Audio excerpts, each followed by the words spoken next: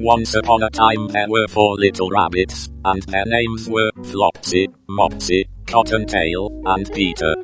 They lived with their mother in a sandbank, underneath the root of a very big fir tree. "Now, my dears," said old Mrs. Rabbit one morning, "you may go into the fields, or down the lane, but don't go into Mr. McGregor's garden. Your father had an accident there. He was put in a pie by Mrs. McGregor. Now run along, and don't get into mischief. I am going out." Then old Mrs. Rabbit took a basket and her umbrella, and went through the wood to the baker's. She bought a loaf of brown bread and 5 currant buns. Flopsy, Mopsy, and Cottontail, who were good little bunnies, went down the lane to gather blackberries. But Peter, who was very naughty, ran straight away to Mr. McGregor's garden, and squeezed under the gate. First he ate some lettuces and some French beans, and then he ate some radishes, and then, feeling rather sick, he went to look for some parsley. But round the end of a cucumber frame, whom should he meet but Mr. McGregor? Mr. McGregor jumped up and ran after Peter, waving a rake and calling out, "Stop thief!" Peter was most dreadfully frightened. He rushed all over the garden, for he had forgotten the way back to the gate. He lost one of his shoes among the cabbages, and the other shoe amongst the potatoes.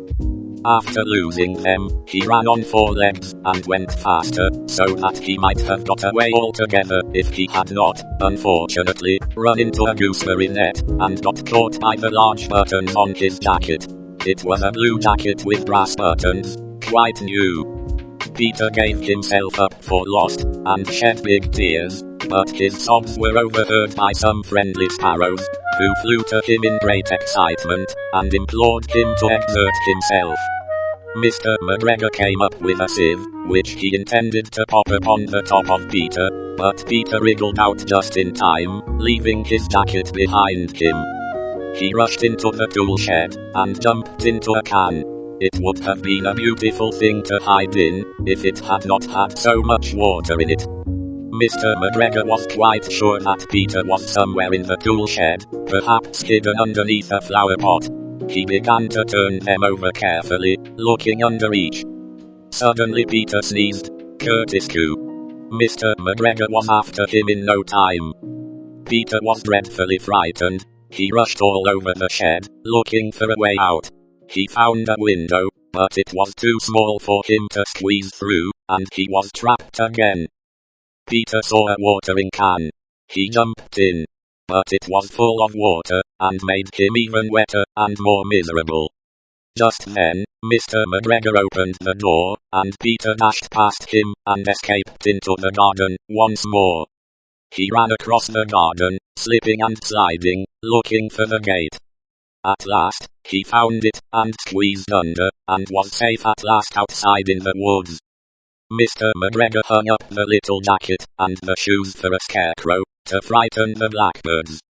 Peter never stopped running, or looked behind him till he got home to the big fir tree. He was so tired that he flopped down on the floor of the rabbit hole, and shut his eyes. His mother was busy cooking. She wondered what he had done with his clothes. Peter was not very well during the evening. His mother put him to bed, and made some chamomile tea, and she gave a dose of it to Peter. 1 tablespoonful to be taken at bedtime.